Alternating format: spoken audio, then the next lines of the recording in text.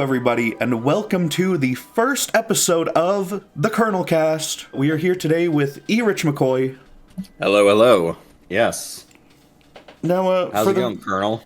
The one and only. I'm doing pretty good. The one and only Colonel.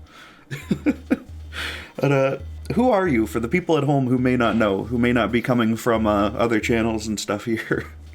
Yeah, so I'm a podcaster, a movie lover, a one-of-a-kind man who just loves to bullshit about movies when I get the chance. All right. I'm on the Izakino podcast. Yeah, we're on and that. And then also a bunch of Florian Hemsel's anti-reviews stuff as well. Anti-reviews, that's it. Yeah, it's maybe it's a bad idea to introduce a third separate channel that people have to go to if they want to hear your movie opinions. But oh no, that's just how these things work. It's all incestuous. Like everyone has their own thing going on. There's just a rotating crew of people who all stop through. So yeah, that's just how these things work. All right. Well, today we are here on the first episode to talk about a prequel, a controversial prequel, even, to one of your favorite franchises of all time. So, what are your thoughts on Star Wars: The Phantom Menace? I've been ambushed. I didn't expect that to be the be the thing. Okay. Is it really? No, it's not really I did not rewatch The Phantom Menace. I don't know if I want to talk. I feel like people have said probably everything possible about The Phantom Menace. Like anything that could have been said about The Phantom Menace has been said. Yeah. Prometheus, right? Yeah, Prometheus. As the title says, we're talking about Prometheus and also Alien Covenant, I guess, because that's in there too. Yeah. So I remember seeing this movie, and I remember the hype around this when it first came out in 2012, I believe, because it just seemed like Ridley Scott was coming back for a big sci-fi horror movie that he hadn't done in quite a long time, and there was definitely clues that it was Alien adjacent, or they definitely said in marketing that it was basically an Alien prequel, but he was definitely saying beforehand we didn't really want it to be so incredibly tied to the original one. So there's a lot of similarities in the way the lighting of the ships work. There's definitely holograms on these ships, which is not how the original ships worked from the 70s and 80s movies. So there's some things you kind of have to allow for a modern movie to have as a sci-fi envisioning of the future that is not really appropriate for this kind of timeline within the fictional universe. But I really liked how the movie tackled the ideas and concepts behind creation, and how the creation views its creator and then creates its own creations, and vice versa. So I really ended up enjoying it quite a lot. It was definitely a controversial movie when I saw it, because the group I saw it with was very split as to whether they liked it or not. Yeah, I mean, people have been split on it for years now. I feel like you can rationalize the technology and stuff, because this, spoilers for Prometheus, by the way, but this ship has, it's carrying the president of the company and everything. It's not some random space freighter. And I think Covenant actually did an even better job sort of bridging the gap, because it has the holograms, but it also has a lot more of those dials and stuff, and you can... Right. I assume there's tiers of this technology where, more important ships get the better stuff. So, yeah, exactly. So it's this is the president of the ship, or president of the company, chartering an experimental vessel to go out and find the creators of humanity amongst the stars. In Covenant, it's like Yeah. So people you'd want to be really well protected, but they're not the guy or anything. So. And in the original, it's like space truckers. Basically, they're long haul truckers who go out, grab a ore mining thing, and then come back or something. Yeah, so and you're not giving truckers Lamborghinis or anything. Right. You can definitely understand that there's old trucks out there that are still running around and are kind of beat up, but still running. So you're still going to use them. Yeah, especially if you're a horrible, cost-cutting, evil company like this from these movies. Right, like Wayland Yutani. Yeah, so like when Wayland came on screen and it was what's his name? Guy Pearce, Yeah. in old age makeup. I know of Guy Pearce, so I knew that that's not exactly what Guy Pearce looks like.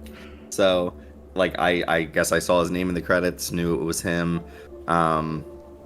Did not expect him to be an old man, and did not expect him to like still be alive at the end of the movie.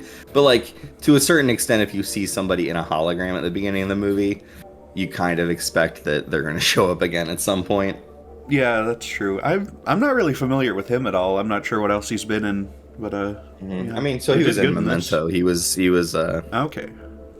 that was Christopher Nolan's like first big movie. So Yeah. I gotta he's catch in up that on all for the sure. Nolan stuff. I've only seen Batman really from him. Oh wow, yeah.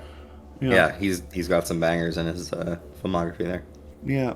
And I think the sort of the tragic thing with Prometheus in general is like you look at some of the scripts have come out. I don't know if they were leaked or released, but they're like early Yeah. scripts, early concept art, and all sorts of early like ideas that they've talked about and like cut scenes, and it feels like there's so much more and so much like better stuff to this movie than what ended up in it and stuff that could have like Right. helped the movie a whole lot.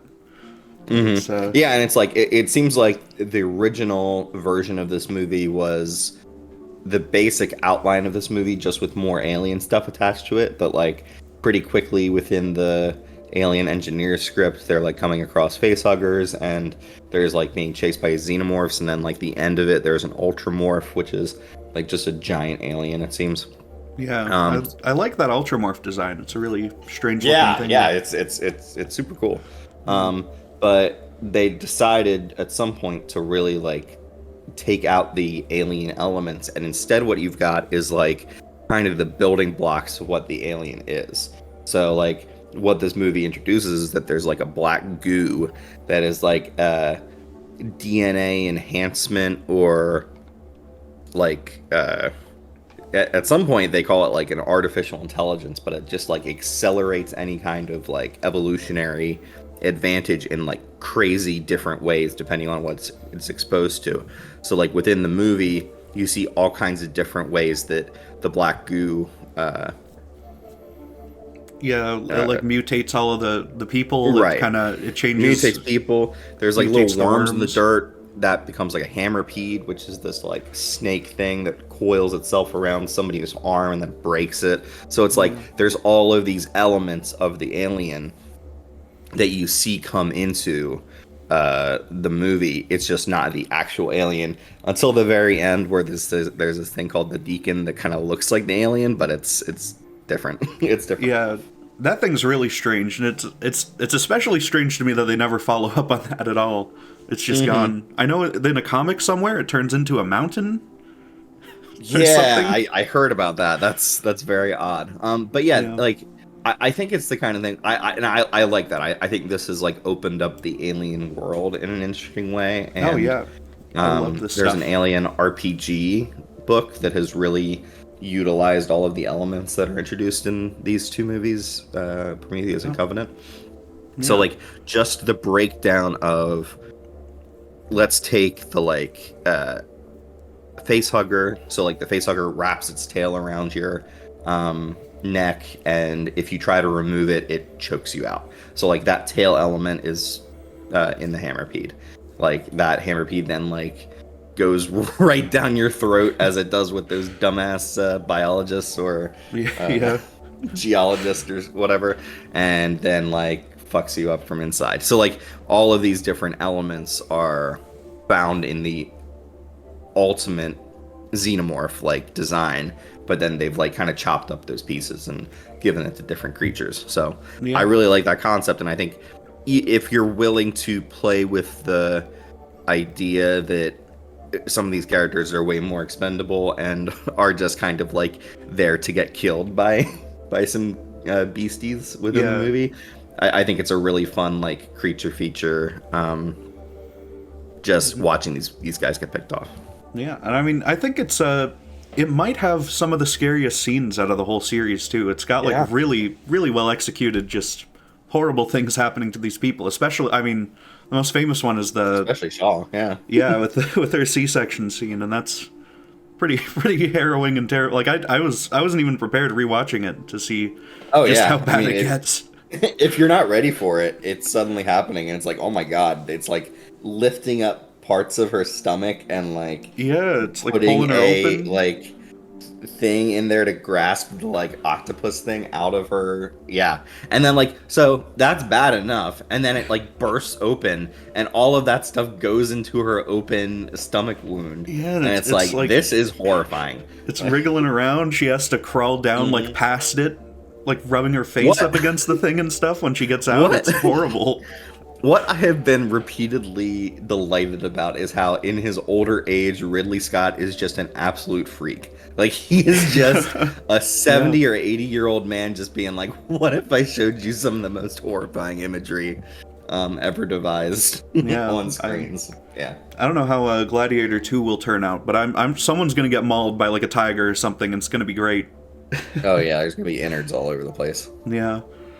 But yeah, it's one of the crazy things to me is that a lot of people, they're not a fan of like all this new lore and new elements being added. They don't like the black goo. They like that they just sort of people they like that there's a lot of mystery in the original Alien to like what the space jockey is and where these creatures come from. Right. And I think the mystery is good, but if you're able to like replace it with I mean, there's more mysteries in Prometheus. There's like I just really like this sort of lore with the engineers. I think they're really interesting. Yeah, they're absolutely a cool addition, and it's like for some reason I had never remembered watching the original Alien growing up that they had that first sequence on the ship, seeing the giant people in that like weird cannon thing, and then like that all the eggs are in the ship's hold there. I forgot that piece of the movie. So coming back to these movies, like when I'm a bit older and a bit more discerning and can like actually tell what's going on, it's cool to see that as the background for the alien creature like infesting this other ship and crew. And then, so what really? Oh, you're cutting out a bit there. Shoot. Oh, sorry. Yeah. Is it any better? Yeah, it seems like it's better now. Just Discord's weird. Yeah, what Ridley is kind of doing with it is wrestling with ideas about who created us and what it would be like to meet those creators. And I think what you find in the movies is a much more interesting question than a lot of things that either the comics have given us, like that they're just big elephant guys. Who are like warlords or something like that. Like, I just think that, like, first of all, it's Ridley Scott's property to do it with whatever the hell he wants. So, yeah. I mean, if he decides the... Guess, yeah, Fox if he decides disagrees, but it's, yeah. Right. If he decides the engineers are these big guys, big white guys, and if he, at one point... thought that Jesus Christ was an engineer who was crucified by humanity that rejected his message. Maybe that's maybe that's just what he wants it to be, and we should let him have it.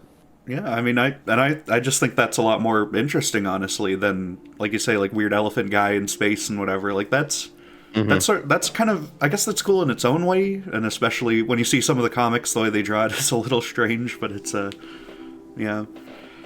I don't know. I really just like the way that this whole universe is playing out, though. Like I watched Aliens and stuff for the first time pretty recently too, and that's it was kind of disappointed me that like the most they want to do with the aliens in that movie is like they're just insects and there's a big queen. It's just a bug hunt. They're just like shooting a bunch of aliens, and like so like I don't know. I really prefer Alien to Aliens personally. I just like more claustrophobic 1v1, like just make it as scary as possible versus the more we can just waste a bunch of aliens and it's really not a big deal. Yeah, I think like the just sense of like there's a bunch of them just closing in on you sense is good, but it's so just like and I know that like what Ripley and Newt are like the last survivors of that whole thing, but I just don't connect to any of the Marine characters enough to care when they're dying, and then just I don't know, just making the alien into a disposable just action figure to just shoot and get away with. But the Alien Queen design is amazing. Yeah, it is. Yeah, and it's not like a bad movie. I don't think either. It's just it's just not that interesting on like a lore level for me personally. Right. So it's yeah. And God knows that they've made tons of like Colonial Marine games and like all of these shooter video games where like you're just shooting a bunch of aliens. It's just not what I want for the franchise. I understand that there's tons of people who love aliens, and that's the like mode that they want to see the franchise go in. When spoilers for the new movie in Alien Romulus, when the character gets a gun and then it can just like shoot aliens, that is kind of the moment when I a little bit detached from it, when I was just like, okay, this is not the thing I want anymore. Oh, that's fair, but honestly, I thought that movie did a good job of sort of unifying all three sides of the franchise. Yeah, it balanced. Yeah, it actually all four of them, because it basically steals the end of Alien Resurrection for the end of it. That's true too. Yeah. That's I don't know. I think I liked, just based on your Letterboxd reviews, I think I liked Romulus quite a bit more than you. But it's a fun little horror movie. Between that and using what's that? Using Ian Holm resurrected by CGI. That stuff's always CGI. Gross and weird. Honestly, they should just recast him or something. Me, right, exactly. For me, if it was one scene, I could like stomach it, but it was like all throughout, practically an hour of the movie, and it actively harmed the movie because he would pop up on these screens within the ship, and it looked to me just like a Disney ride. It was like this weird animatronic on a Disney ride popping up on a screen and being like, "You need to go do this." I heard they used a puppet for a lot of it. I'm assuming for the screens and stuff. It does just look like it from Disneyland, and it's very strange. And that's not any less like disrespectful to him either. I don't think. Like if you're gonna bring him back as a creepy puppet instead of a creepy CGI man like Rogue One. It's just as bad on that level, so it's... I'm a huge Star Wars fan, and like so many people are fine with that in Rogue One. I am not fine with that in Rogue One. It didn't work for me there either. And to me, it's maybe more... It just looks creepy to me. I don't think it's super effective. It's sort of impressive, but it doesn't look right to me. It looks very off. It's always looked really weird. I mean, especially in Rogue One, people have been making fun of that for years now. Right. Okay, well, we did not talk about my favorite character in this movie, Purple. Oh, yeah? Which is David, the android. Yeah, I've always... Even when I watched the first Alien recently, like, just the androids in general were always, like, I thought he was, like, more interesting than the Xenomorph in a lot of ways. And, I mean, Prometheus and especially Covenant is all just David and stuff, and that's fantastic. Right. It is such an interesting, like... So it's a great exploration of the themes of the movie Prometheus and then Covenant. Continuing it is just like, he is the creation of this great man, quote unquote, Peter Weyland. And from the beginning, he is seen as lesser or inferior. And he always wants to like do more or be seen as equal, or like, and that has, I think, kind of like curdled throughout his time interacting with humans, to the point where during Prometheus he's like actively messing with the crew just to experiment it to impress Weyland. And then like you kind of get the idea that throughout Prometheus, like he kind of just doesn't, he watches Weyland get completely destroyed by the engineer, and like all he has is like kind of a, well, goodbye, Mr. Weyland.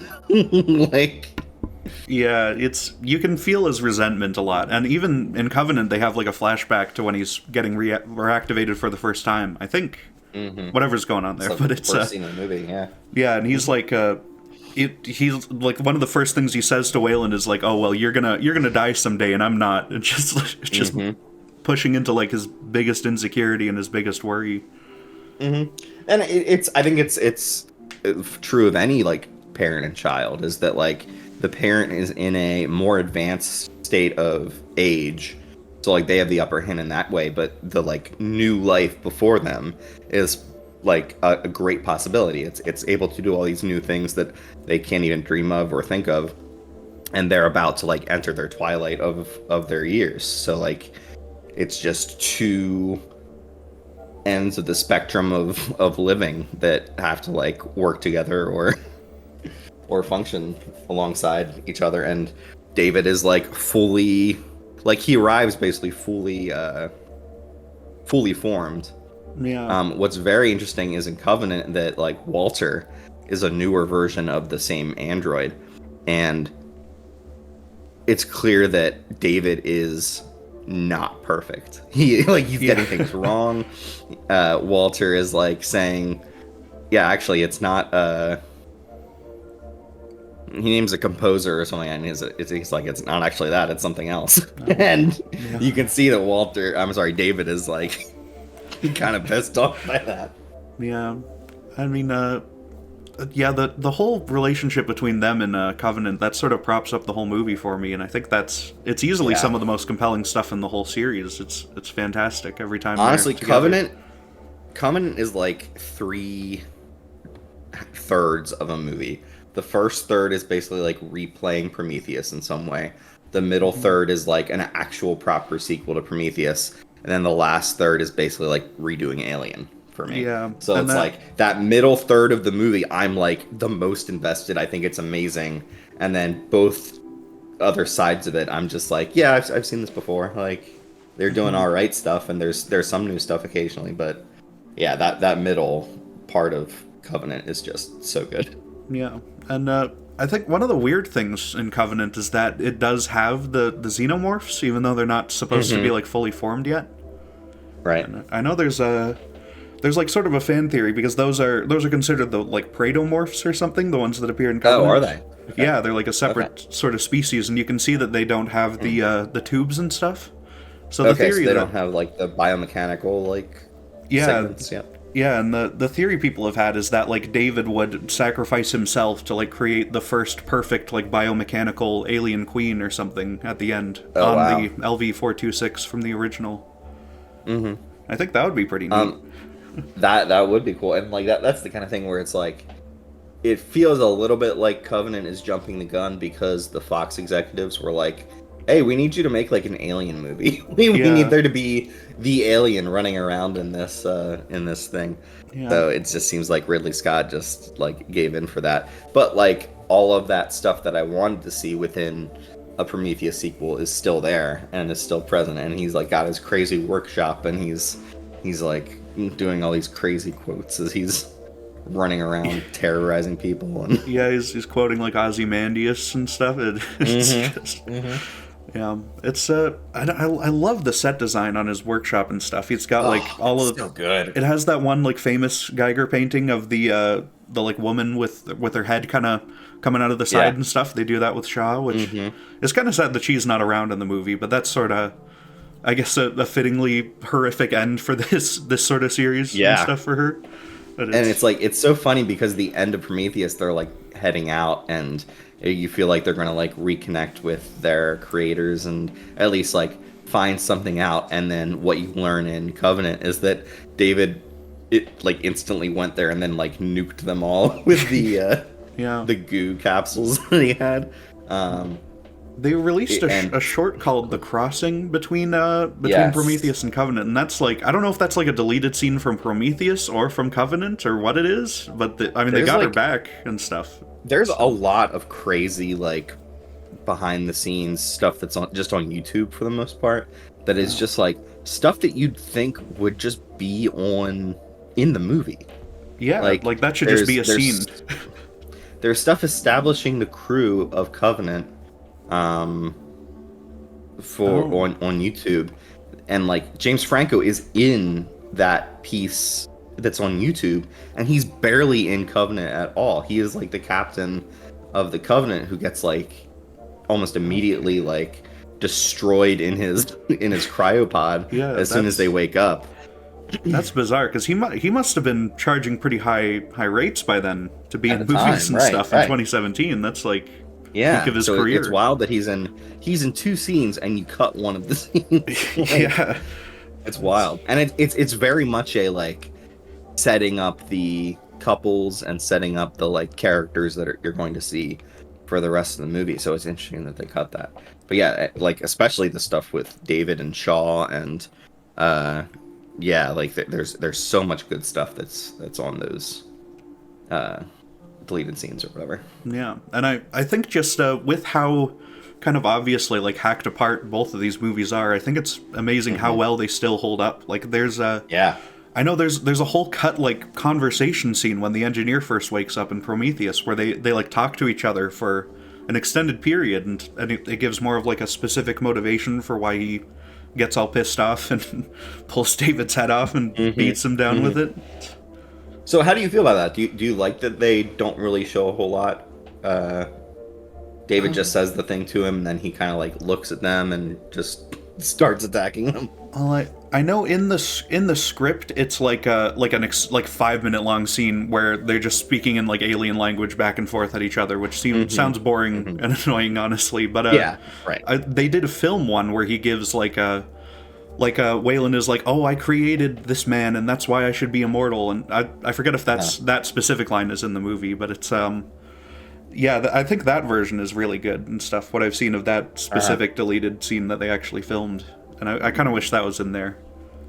I just like imagining or like making it make sense from the engineer's perspective is that like they seeded life throughout the galaxy, or even just on Earth, if you want to think it's like just limited to that. Thousands or however long it's been since they've been in cryosleep. They wake up, suddenly one of those guys that you created is on your ship babbling at you with a robot that he's created. That's speaking your language to you, and also they're beating up this beating up woman. a woman in the background, and you're just like, wait, what? Excuse me? And then he just they didn't learn anything from Jesus. We gotta get rid of these guys. Exactly. They're horrible.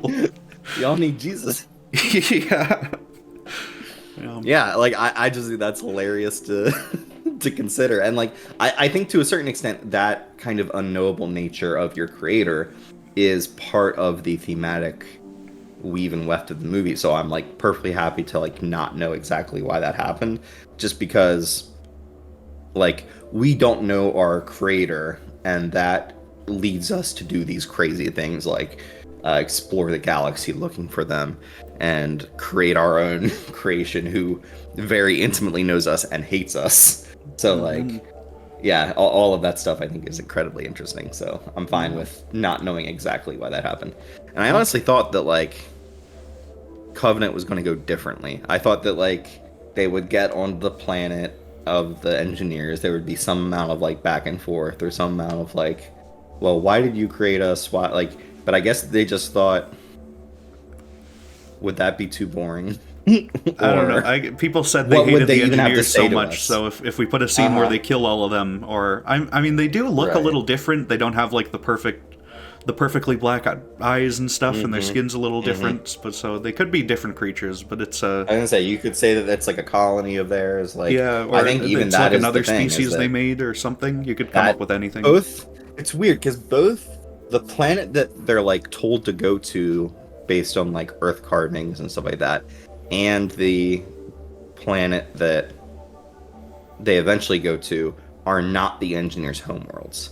Yeah. For whatever reason, like they sent us to a like weapons staging facility or something. Yeah. Like, because that's what they're doing with all that black goo, and like so we like know from Prometheus that they're going to come back to Earth and I guess nuke us again. Because like they're angry that we killed Jesus. Yeah. But it could be like a warning too, like don't go here, or don't we're gonna come from here and we're gonna get you if you like misbehave. It could be like anything from these carvings. So right. Yeah. That's part of the unknowability of the whole thing. Yeah, and I really like I mean in Covenant there's like a bit where David asks Peter like who created you? If you created me, who created you? And then in Prometheus there's also a scene where like Shaw is asking like, well, who created them when they finally see the engineers, and it's like it's I don't think it takes away from the mystery at all of the series, because there's still so much more like who knows who created them or what. Mm-hmm. And I know at some point in some versions of the script, it was going to be like the black goo that the guy drinks at the start is not the same black goo. It's like the deacon's blood, which was like their really? god creature. Oh. Yeah, and in different versions, they're like trying to recreate their god basically with the black goo, but it's like evil and bad. Yeah, I like that a lot. I like that, like they are themselves trying to recreate something that they either see or know of, because we know that they have the like murals of the xenomorph within their black goo chamber that they get the black goo from. Mm-hmm. So yeah, like it's very possible that there's either some other creature that they've run into at some point, and they're just experimenting with this goo in order to get back to the alien somehow. Yeah, I mean, it could be that the one on the wall, it could either like represent their god originally, or it could represent like, you know, we're gonna use it as to like create our god. It's like a holy figure in our culture regardless, even if it is like some evil monster they found somewhere. Right. And I mean, it's super interesting. Yeah, and I mean, honestly, one thing I really liked with Romulus was that it kind of ties in with some of this stuff. It has like the you know, the robot, all of the androids, they seem like they're fixated on like we've got to find the creator, we've got to create things ourselves, we've got to experiment with this stuff in the same sort of way, and it's they literally play the like theme song of Prometheus during Romulus when they're pulling out the black goo and stuff like that. That was one of the parts of the movie where I was just like, oh, interesting. They're like integrating everything. They're not, so like, it's funny to me because there's very different paths that this franchise could have taken. At one point, Neil Blomkamp was going to make a sequel to Aliens, basically, that was going to disregard Alien 3 and Alien 4. And we could have gone down that route, and thankfully we didn't. So now that we've kind of gone away from the David movies, and I desperately want a third David movie that... I hope they do. I hope they just... Ridley Scott... We just let him do. He doesn't have much time left. Let him do it. Let him make it. Right. I just want to see what happens here. $50 million or $100 million, and just let him cook. Yeah, put it straight to Hulu if you have to. Like, just do it. Yes. We just need like final, finality for that. But yeah, just the fact that they're using that stuff and it's like part of the holistic Alien universe made me a little bit more optimistic about the shape of the franchise overall going forward, because I was just afraid that we were just gonna like leave all that stuff in the dust and just be like, yeah, it's just, sorry, alarm's going off. It's just gonna be like just aliens and facehuggers and all of that stuff just constantly over and over again. Yeah. Well, so I'm glad that's happening. One thing I'm worried about is there's the Alien Earth show is coming up, and the creator of that has said, oh, I hate this Prometheus stuff, and we're not going to reference any of it. And it takes place like years and years before Prometheus or something. Purple, can you explain to me what the fuck they think they're doing with that show? Because I don't know. If there are alien xenomorphs on Earth before any of these things even happened, why is the Wayland Corporation so like, hey, go out there and grab that fucking alien? Like, you would have to somehow explain that they either never get it or only know of it, or like, how the hell did it get? Like, it just raises too many stupid questions about like the earliest point in the Alien timeline, if you don't like count like AVP or AVP Resurrection. Well, yeah, all those AVP ones I think are out the window, thankfully. Yeah, but, right. Mm-hmm. Yeah, but I don't know what I assume it's gonna, because it can't be like an Earth-wide event, which is what the interesting thing to see would be, because they're putting it when they're putting it in the timeline. And that's what the Alien movies were gonna eventually do, was say like, we're gonna like Resurrection goes Earth. there and stuff, and it's right. And yeah, they can't have like, the company can't have alien eggs like on Earth that they save, so I guess it's going to take place in a small like facility somewhere with like with all the 70s aesthetic, and then all of the aliens are going to die, but the company's going to know about them, I think, and that's but the most boring thing they can do. No, exactly. And like, what, the bodies are going to be so destroyed or so like unusable that they'd just be like, go out and get us another one. Like, they're so bad they can't get the black goo out of them the way they were doing in Romulus. It's like completely It doesn't make any sense. It doesn't work, and it sounds like it's going to be strange. They're going to have to jump through so many hoops and so many like dumbass explanations for shit. I don't know. I have some trust in Noah Hawley because I love the Legion show that he did. Okay, I've never seen any of the stuff he's done. Yeah, the Fargo show he did is pretty good as well. So I have some faith in him, but yeah, some very bad vibes having that be the premise, and then him saying that he doesn't like any of the Prometheus stuff at all. Like, yeah, I don't know. It might almost be worse if it's like a really good show anyway. If it's like a fantastic Alien, like 1979 kind of prequel show or something, but it does also like irreversibly fuck up the story. That might be even worse because they can't just like write it off as if it didn't happen. Right. It's not so separatable.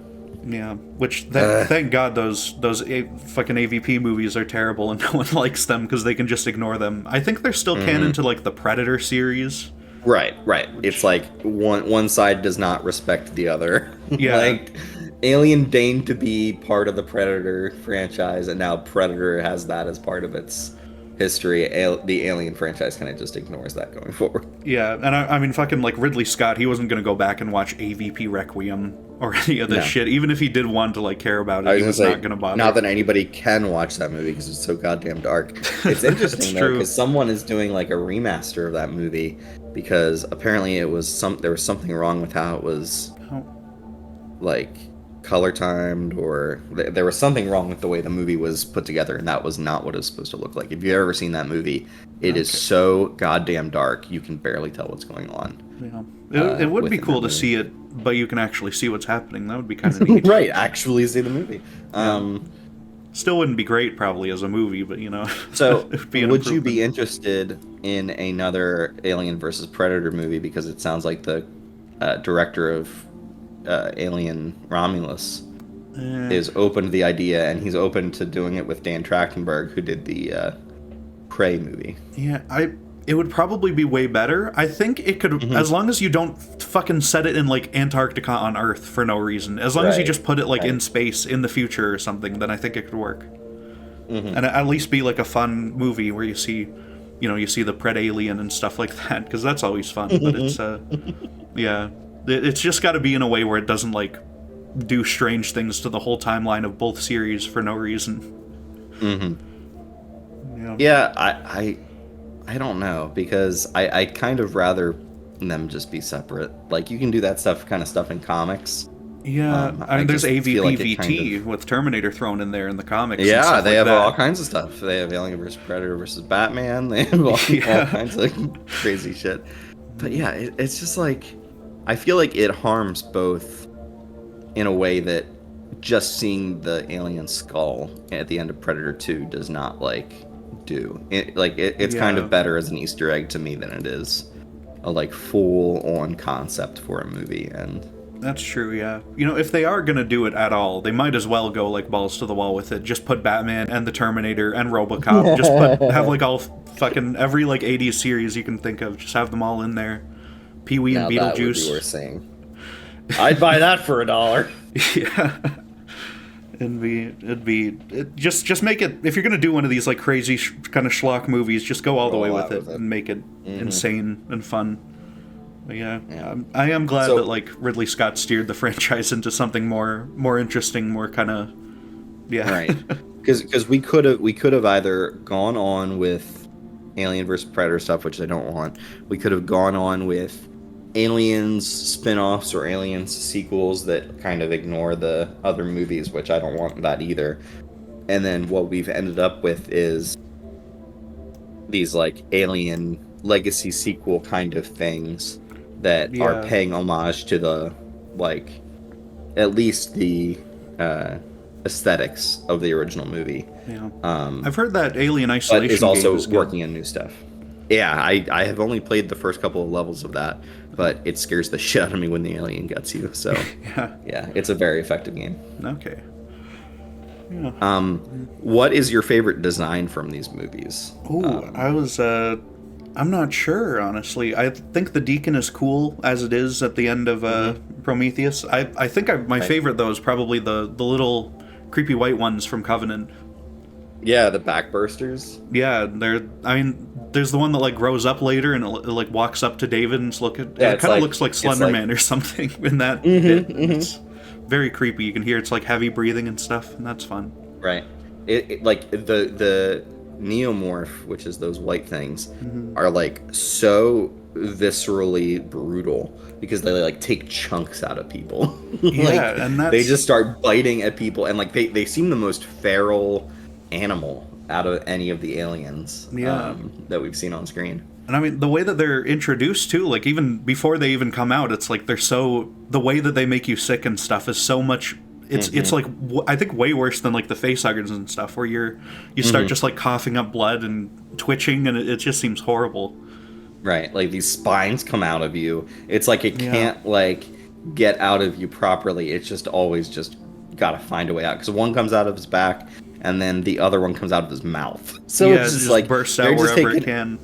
right, they're taking any chance they can. And I guess the original like alien that comes out like is just bursting out of your chest or whatever.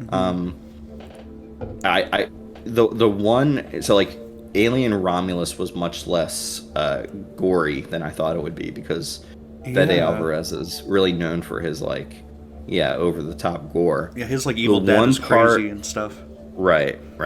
The one part of Romulus that kind of did that for me was when the chest burster comes out and it's kind of like poking out of, I think, the woman's chest, and like it's almost like her like rib cage is an egg or something, where it's kind of like poking its head around the like rib cage. That was the one moment of like, oh yeah, that is like pretty freaky to treat. Yeah, treat a rib cage like an eggshell. I like the thing with because they got the X-ray light too, like a little bit before that, and you can see it like smashing against her ribs and stuff, and that's it's not terribly gory, I guess, but it is really horrible to watch. Yeah. Oh, the one thing that Romulus also introduced was like a like middle stage between the chest burster has been out and has to become the full alien. There's this like cocoon it goes into, which is very vaginal, which I thought was a good addition to the overall life cycle of the alien, just because it grows up so fast. I'm wiping tears away. They grow up so fast. It goes from this little like thing that's come out of your chest and is just scurrying around into like this full-on like developed beast. So like I liked that they introduced that as a way that it gets a bigger form. Yeah, and it's still probably a little unrealistic that it's able to like presumably make this cocoon itself with like no energy and what, but you know that stuff's fine. And it is that's like a great thing to add, is like, because this is something that they've never shown, somehow they've never shown that stage in any alien thing ever, or at least any of the movies. So it was a great little addition. All of the hive creation stuff is just like, how do they get the materials to like make a hive that's made of this disgusting material? I have no idea. I don't know how that would do, because like if it was like on a planet or something like that, you could say the same thing as like bees making a hive. Like that's perfectly fine. Yeah, I guess but, like, they're on a spaceship.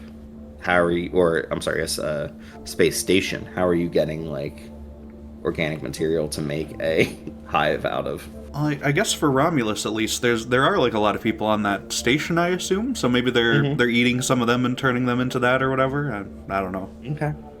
Yeah. It's strange.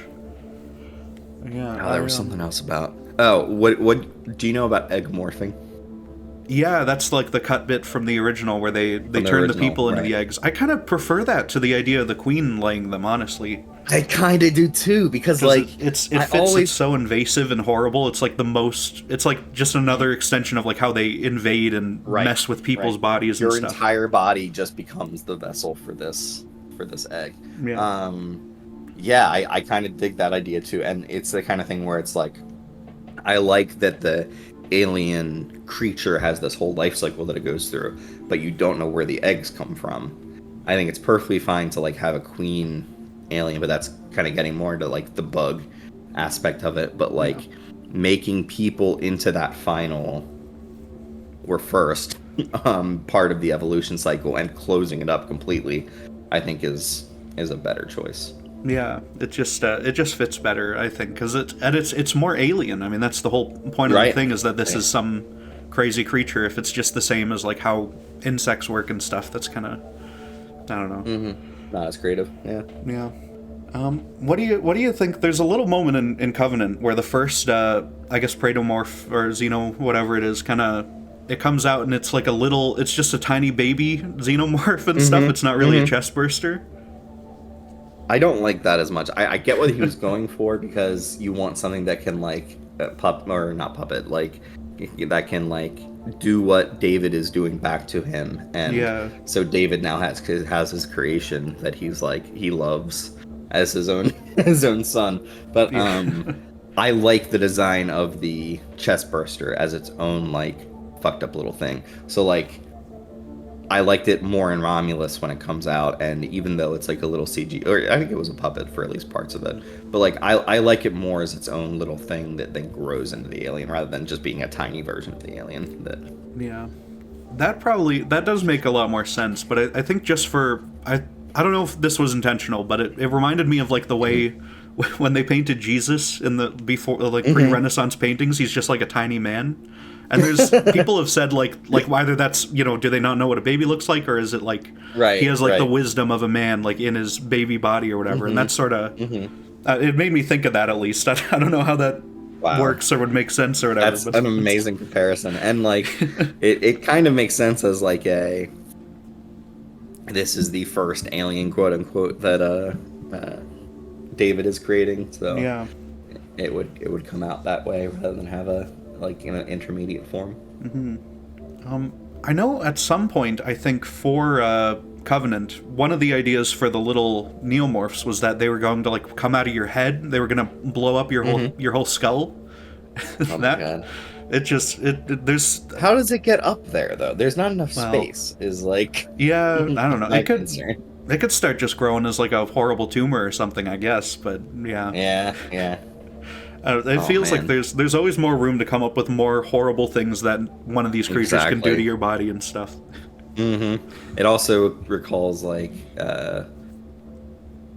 Greek kind of mythology of one of the gods like bursting out of Zeus's head or something. I think that's how Artemis is born. She bursts out of Zeus's head. Yeah. Maybe we could do Alien Artemis rather than Alien Romulus. Yeah, they could do that. I know just for the titling, they were going to call Covenant like Paradise Lost, and they still have that line in the movie where he's like, better to reign in hell than serve in heaven, whatnot. Serve in heaven. Yeah, right. And it is just.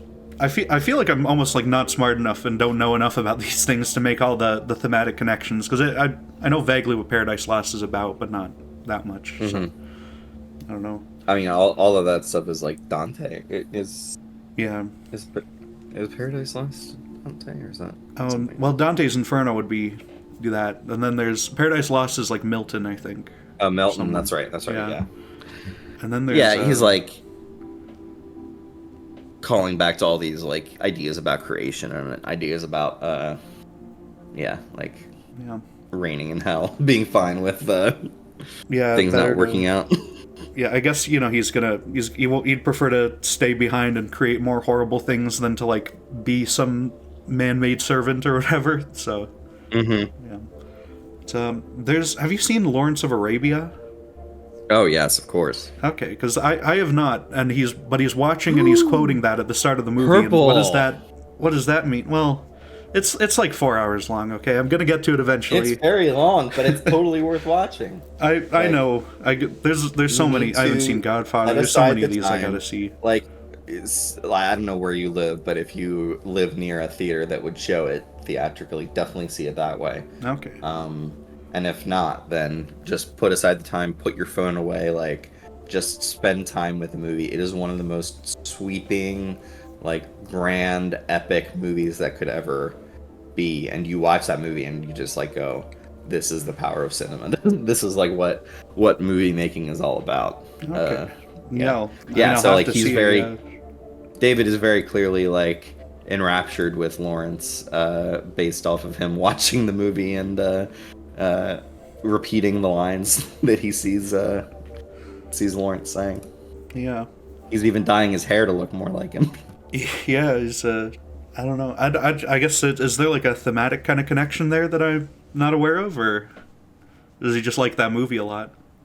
I think it's just that he likes the movie a lot, and like Lawrence is a stranger in a strange land kind of thing. So David might see himself as like a android amongst humans, kind of living in this other society, and maybe he can find a way through for them. I think David starts that movie being a bit more, I can help these people, and then that kind of gets perverted as the movie goes on to become like, well, these people don't treat me very well, so I'm going to fuck with them. Yeah, he's And it's like, so the begin, like, I think all of these things are so interesting when you break them down, because David is on that ship and he's watching people's memories as they're sleeping. Like, that is how you start seeing him. You start with like a flashback that Shaw's memories about her and her father, talking Yeah. about religion and talking about God. And then you realize it's not actually like a flashback, it's David watching those memories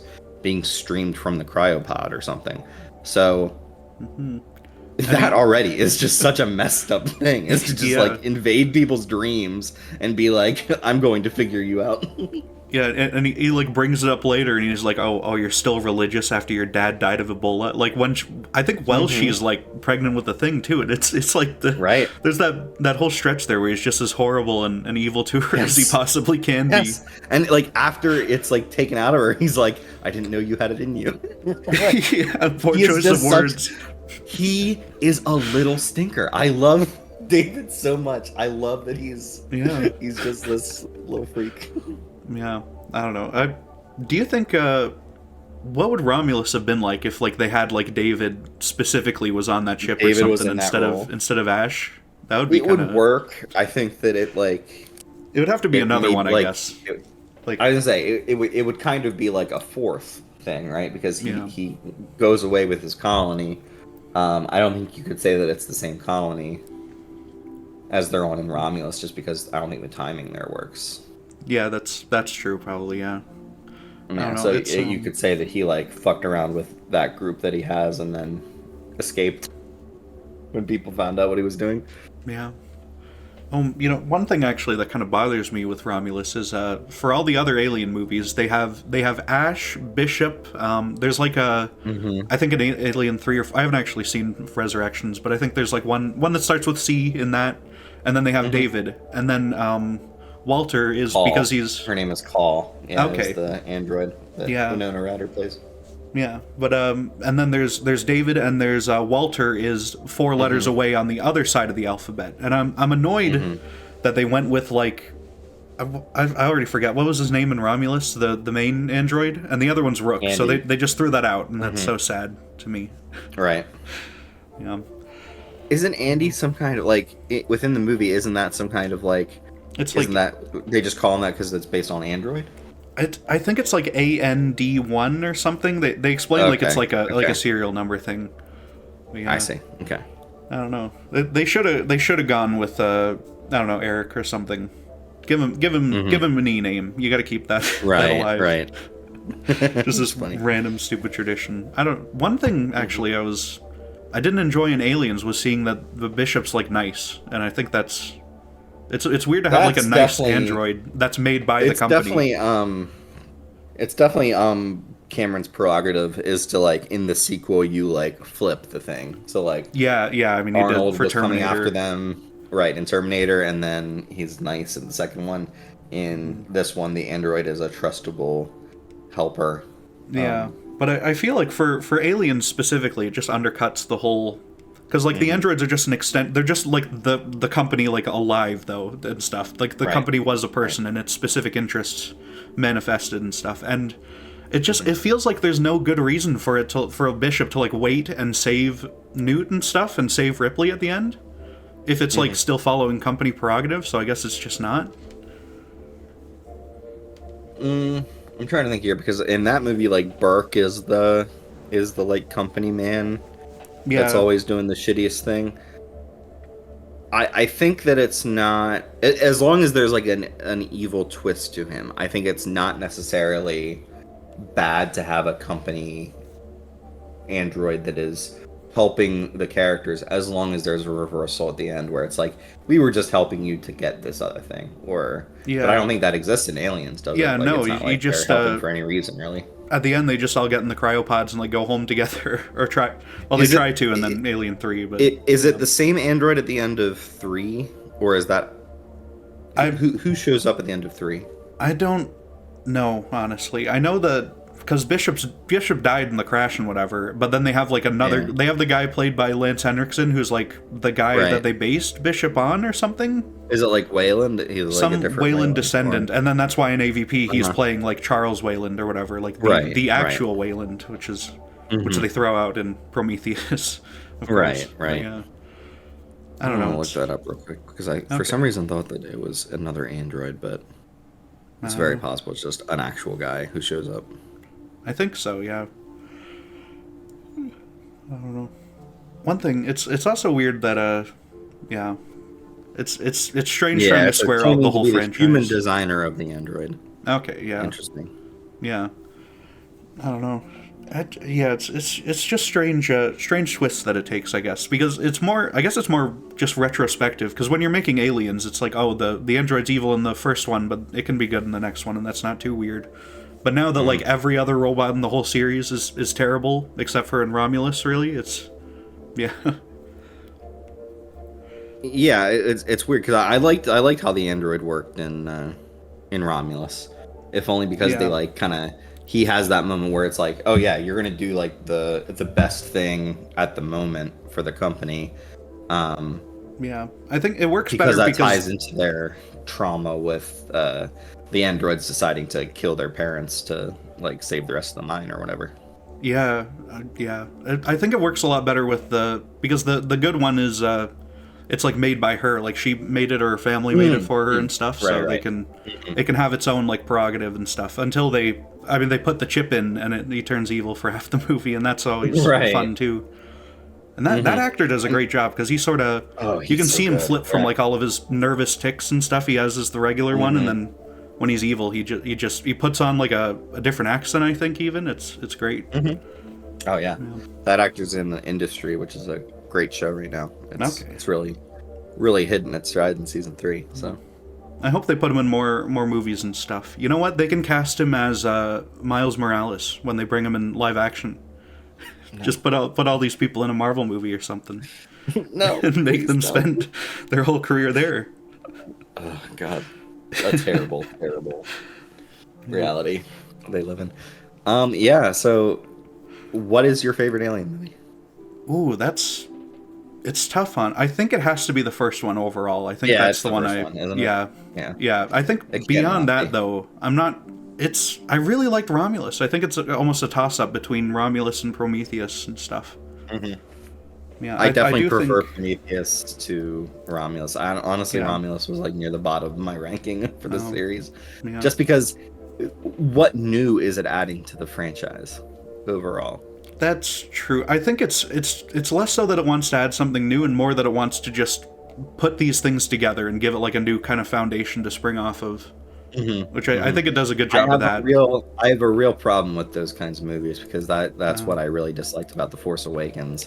Just kind of like mixing in things from the past and being like, yeah, this is what Star Wars is, just the same as it ever was. And that's true. I mean, my problem with Force Awakens is that the foundation that it leaves is the same as A New Hope. So like the obvious response is to make Empire, and then Rian Johnson was like desperate to make it anything else, and he still kind of failed because half of that movie's just Empire. So I mean, half the movie is also Return of the Jedi as well, because he kind of skips to the final conclusion between Snoke and Rey and Kylo, and then blows that up. That's like the most fun trilogy anyone's ever made. Did Return of the Jedi anyway. Yeah, and he made it as bad as he possibly could. It's possibly the most insane thing they've ever done with any trilogy of movies ever. It just makes no sense. So funny. It's just so funny.